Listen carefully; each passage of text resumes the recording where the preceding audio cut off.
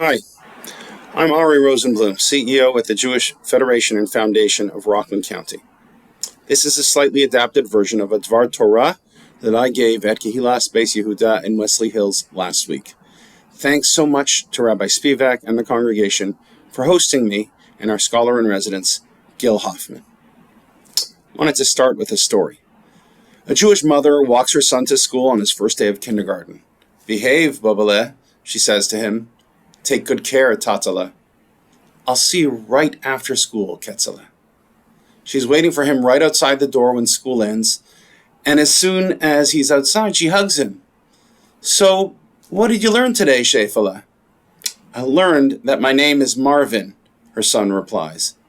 It's a pretty funny story, and it's so old that, as I said in shul last week, it had a beard this long when I was this high. But it gives us an important message. Sometimes, even when we think we're speaking clearly to those closest to us, we can miss the mark. Hold on to that thought. In last week's parasha, we're given so much to contend with, to interpret and understand.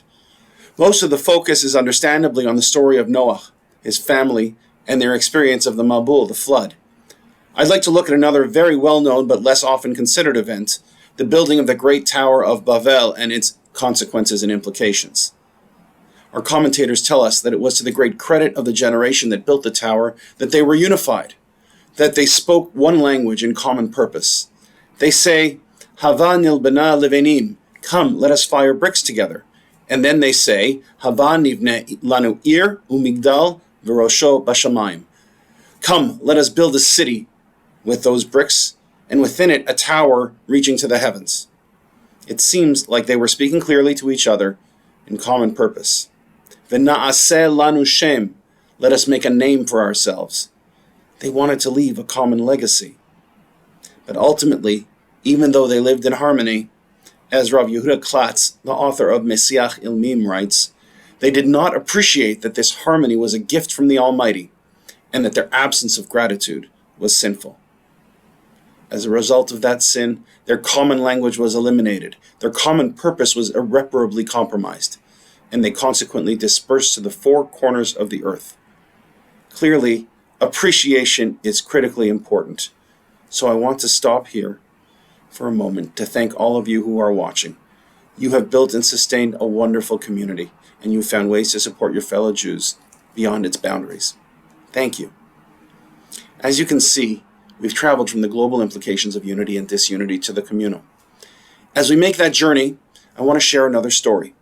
It's told that the Maggid of Dubno once came to visit the great Vilna Gaon. The Gaon greeted him warmly and insisted that he too was in need of the moral messages implicit in the Maggid's parables. Though he felt inadequate to the moment, the Maggid mustered the courage to tell the following to the Vilna Gaon. In Parashat Vayera, the Almighty says to Abraham that if there are 50 righteous men in the midst of the city, betoch ha'ir, he will save Sodom, the city of Sodom, from destruction. What did he mean by in the midst of the city? What exactly does the passage tell us? The Maggid continued that the Almighty's message was that he is not fully pleased with tzaddikim, with righteous people who isolate themselves from their fellow Jews. Even if they are immersed in learning, they take little note of the challenges of others among the Jewish people. No, he is pleased by righteous people who live their lives in the midst of the city, betoch ha'ir, devoting themselves not only to Torah study, but also to learning and meeting the spiritual, emotional, and physical needs of their neighbors. It seems to me that we, all the disparate elements of our community, know what we need to do. Sustain a Jewish lifestyle, engage in Jewish learning, help those who are vulnerable, come together for collective action when we or our brothers and sisters in Israel are threatened, and build community. It is incumbent upon us to do so together, to leverage all of our strengths, to recognize the gift that from the Almighty that those strengths represent, and to make a whole that is greater than the sum of its parts. If there's one message I want to bring to you from our federation, that is it. Divided, we are weak, and we struggle to sustain ourselves, our community. We struggle to leave a legacy. Since the selling of Yosef by his brothers, disunity has been our greatest weakness. But as the Mesiach Ilmim, who I quoted above, tells us, unity, though essential, is not enough. Common purpose, though admirable, is not enough. It is incumbent upon us to act as one, l'shem shamayim, for the sake of heaven,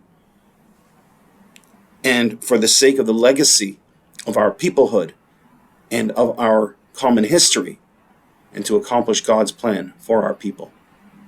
That plan is embedded in the two elements of our identity. We are the people who received the Torah, and we are the people who inherited the land of Israel. Famously, the Torah describes us as a mamlechet kohanim vegoy kadosh, a kingdom of priests and a holy nation. 4 words intertwined, 2 of which describe holiness and service to God, and 2 of which describe peoplehood and sovereignty. Almost 20 years ago, I led a group of student leaders to Israel on an advocacy training program, where we gave them the tools to advocate effectively for Israel and the Jewish people. At the end of that trip, one of my colleagues gave me a book as a gift. It was the incredible Em Habanim Semecha by Rabbi Yisachar Shlomo Teichtel. Rabbi Teichtel wrote the book while moving from one hiding place to another through Hungary and Czechoslovakia, without access to sources, hundreds of which he quoted from memory. It is a remarkable book, explaining his journey to the understanding that Jews belong in their ancestral homeland together, unified despite their religious differences, because that is clearly the Almighty's plan for us. In his book, Rabbi Teichtel writes often about achdut, unity. He quotes the Hafla, Rabbi Pinchas Halevi Horowitz, who in his commentary on Tractate Ketuvot questioned our capacity to unite. But he also quoted the Maharal of Prague, who wrote in Netzach Yisrael that nature always retains its status, and it was the nature of the Jewish people to be united. He contrasts the passage in Parashat Vayechi, the last parasha in the book of Bereshit, which describes the 70 members of the family, of Jacob's family, coming to Egypt as Kol HaNefesh, singular, while Esav, his brother's family, is described as Kol Nefashot Beito, plural. As he writes, from its very inception, God determined that ultimately we would overcome our disunity and be a unified nation. We've traveled further now, and our discussion of communal unity has become one about the unity of our people. In Parashat Ekev, seeing how the people of Israel will act in years to come, Moshe describes them as saying, Kochi v'otzem yadi asali et hachayal hazeh. My strength and the might of my arm has accomplished all of this for me. 3 times the passage indicates me and my. And God describes in several places the terrible consequences when the Jewish people not only show ingratitude, but also focus on individual might rather than the strength of a people. When we stand alone, all manner of misfortune will happen. The entire book of Judges bears this out. But when we stand together with purpose, with practice, with kindness and humility, when we do this, the Almighty speaks to us as one and promises us an empowered and wonderful future. In Israel today, unity seems a distant aspiration. As it headed into the 5th election in 3 years, the country has social, economic, religious, national, and philosophical fault lines that will not easily be overcome. It's in this context that I was so pleased to introduce our friend, my friend, Gil Hoffman, whose experience gives him a rare perspective on how government comes together, and in Israel, how they actually govern, and often collapse because those fault lines haven't been overcome. We at the Jewish Federation and Foundation of Rockland are committed to the unified, purposeful future of the community here and the sovereign, strong, and united future of our people in our ancestral homeland. In this week's Parashat Lech Lecha, we see the moment over 3,700 years ago when Abraham establishes himself, his family, his flocks, and his destiny in the land. It isn't an easy place. He soon is forced to temporarily move to Egypt because of famine. After his return, even though initially a bystander, he becomes embroiled in a regional war between local cities and larger kingdoms when his nephew, Lot, is abducted. And upon the resolution of this crisis, he is blessed by the righteous king of Jerusalem, the first mention in the Torah of Jerusalem, called at this point Shalem, Ir Shalem. There's nothing simple or easy about our history or our peoplehood.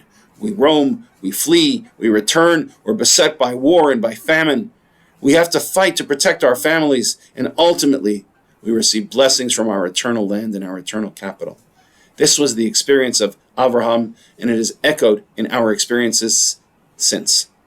But as Avraham did, we return.